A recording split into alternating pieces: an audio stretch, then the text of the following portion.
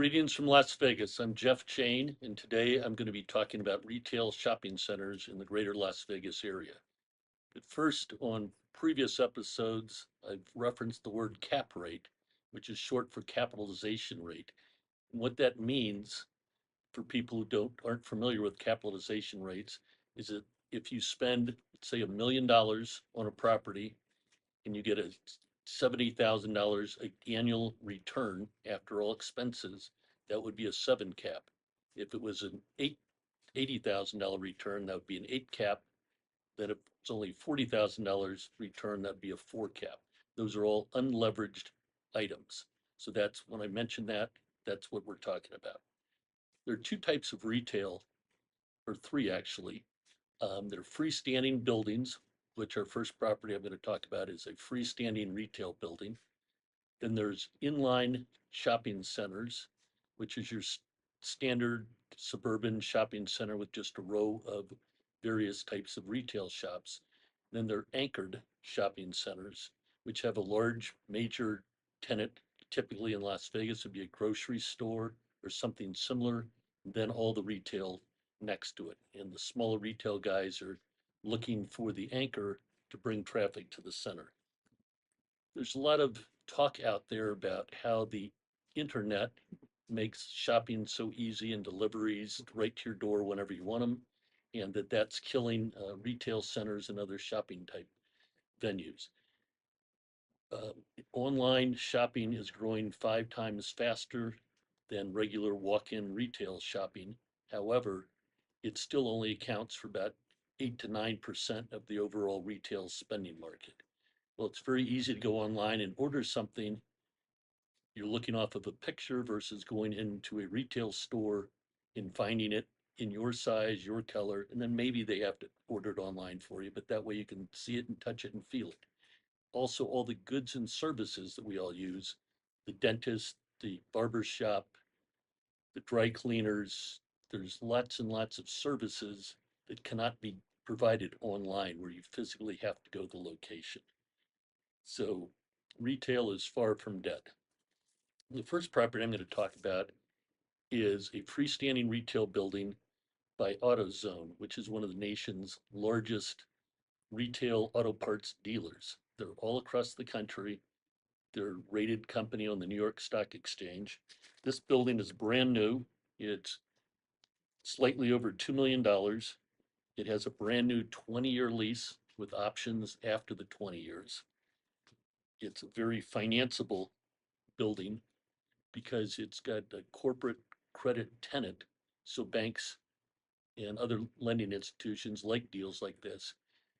However, you're still going to be restricted to probably 60, maybe you can get 70% financing.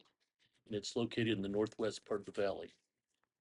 The second center is a larger center here in town. It's 27,299 square feet. It's a multi-tenant inline center, and it has room for upside. It's on the market for 9.3 million. It's $340 a square foot, and it's currently trading at a cap rate of 6.72. That's unfinanced. So as I open, that 6.72 means on this one, it's approximately $9 million. So 6.72% of the 9 million would be your annual return after expenses. It's a good, solid inline center with multiple tenants, so which gives you flexibility. If one tenant runs into trouble and goes out, that gives you the opportunity to just replace that one and not lose 100% of the cash flow.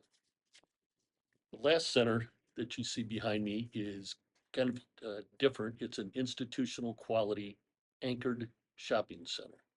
It means it's got Albertsons, which is one of the largest food stores in the United States, is the anchor that draws people to the center because you have to go to the grocery store very regularly.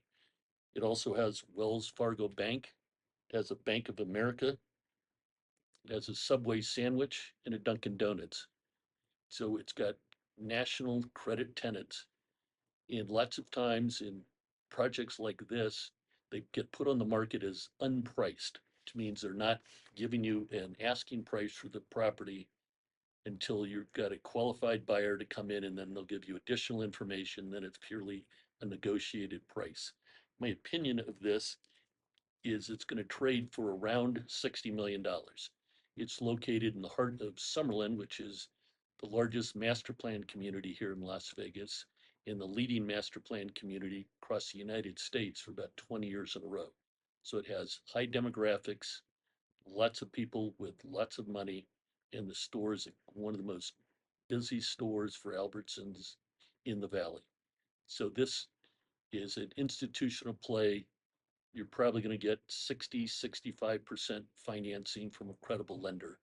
As I said, it's approximately $60 million.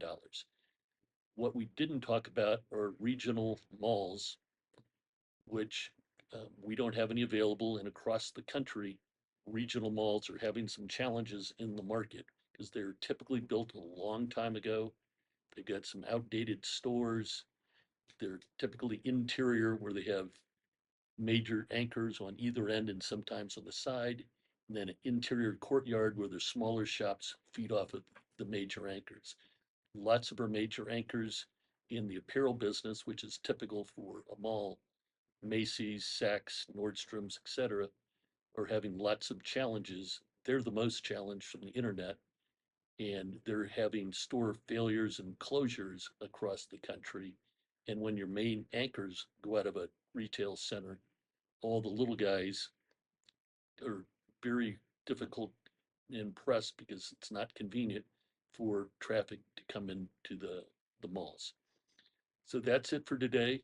Feel free to reach out to Simon, or you can reach out to me via my phone number, 702-379-8855, which you can also use on WhatsApp. Sorry. So I look forward to hearing from you soon. Thank you very much.